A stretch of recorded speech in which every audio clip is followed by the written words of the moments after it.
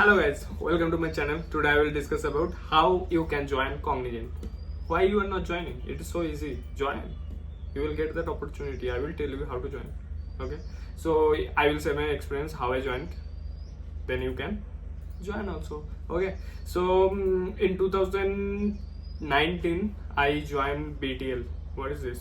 You are thinking might be. So this is a mechanical related company because my stream was mechanical. So I got the on-campus placement offer letter from BTL, Bengal Tools Limited. I joined the BTL. I worked for 1 year there, and after that I thought the mechanical engineers can do well in PSUs. And how you can join the PSU? Through GATE.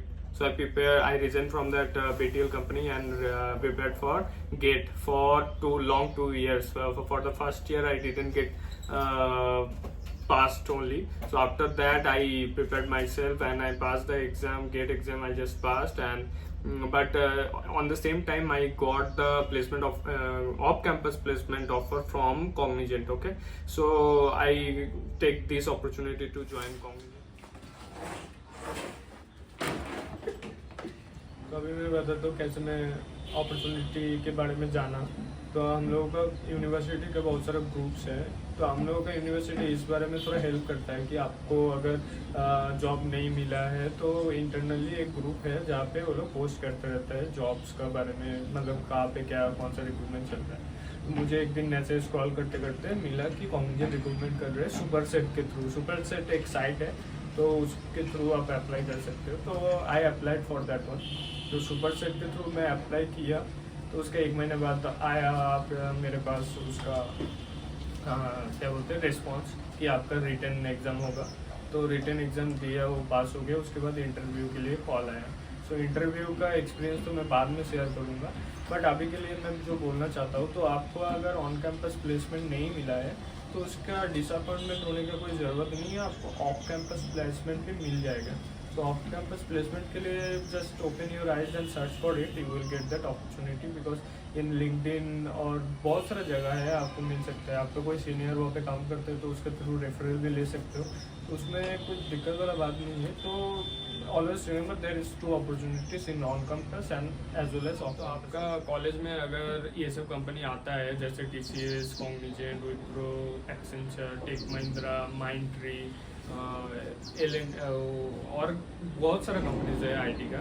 तो ये सब company अगर आपका मतलब क्या office बोलना चाह रहा, तो ऑफिस तो नहीं आपका है कॉलेज। आपका कॉलेज में अगर आता है तो that well and good, it is on campus opportunity, you should grab it. तो ऑन कैंपस में इजी रहता है थोड़ा। आपका पहले इंटर्नशिप होगा, उसके बाद कॉग्निजेंट में अगर होता है तो पहले इंटर्नशिप होगा, उसके बाद आपको प्रोग्राम एनालिस्ट ट्रेनिंग हिसाबे जॉइन करते হবে। बट তারপরে प्रोग्राम एनालिस्ट ट्रेनिंग के बाद आपको प्रोग्राम एनालिस्ट में प्रमोट किया जाएगा। तो उसके लिए 1 ईयर तो लगता है।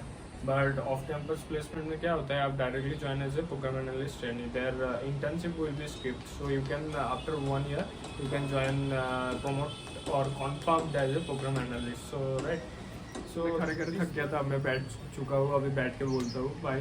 तो टेंशन लेने की कोई ज़रूरत नहीं है। आप लोगों के पास बहुत सारा अपॉर्चुनिटी है, तो आप ट्राई करो। ऑन कैंपस नहीं हुआ है तो ऑफ कैंपस कोई दिक्कत नहीं। तो अभी मैं कॉग्निजेंट में टोटल 2.5 ईयर से ज़्यादा हो चुका है मेरे पास।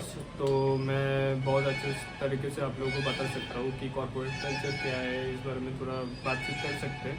सो if you want to know, please follow and subscribe my channel. I will continuously uploading my videos for explaining you the corporate cultures and the etiquettes also. And next video I will share my interview experience. So stay tuned. Bye bye. तो मैं बैठे बैठे थक गया। अब मैं बैठे बैठे नहीं खड़े खड़े अब मैं बैठ के बोलता हूँ, बहुत देर से खड़ा हुआ थक गया भाई। तो मैं बोलना जहाँ पे था कहाँ पे था वो भी भूल गया हूँ, इतना थक गया। अब सोचो।